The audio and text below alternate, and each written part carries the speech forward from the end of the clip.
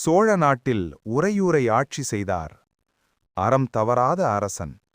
அவர்தான் புகழ்ச்சோழ நாயனார். வீரம் இருந்தும் அதிகம் இருந்தது அவரிடம். சிவபெருமான் மீது கொண்ட பக்தி. சிவனடியார்களை சேவித்தால் அது சிவனுக்கே செய்த சேவை என்று வாழ்ந்தவர்.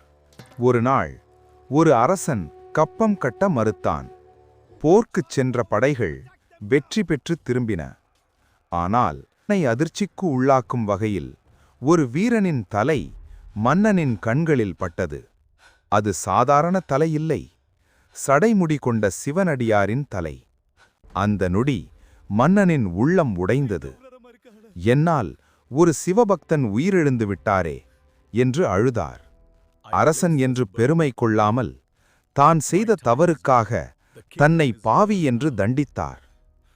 தன் மகனை அரசனாக கட்டளையிட்டுவிட்டு அவர் நெருப்புக்குள் இறங்கினார்.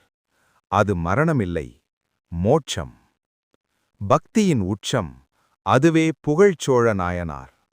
ஒரு தவறுக்காக தன் உயிரையே தியாகம் செய்தார் அவர். அதனால்தான் இன்று வரை அவரை உலகம் நாயனார் என்று போற்றுகிறது. சிவனடியார்களை வணங்குவது சிவனை வணங்குவதற்குச் சமம். அதை தனது வாழ்க்கையால் உணர்த்தியவர் புகழ்ச்சோழ நாயனார்.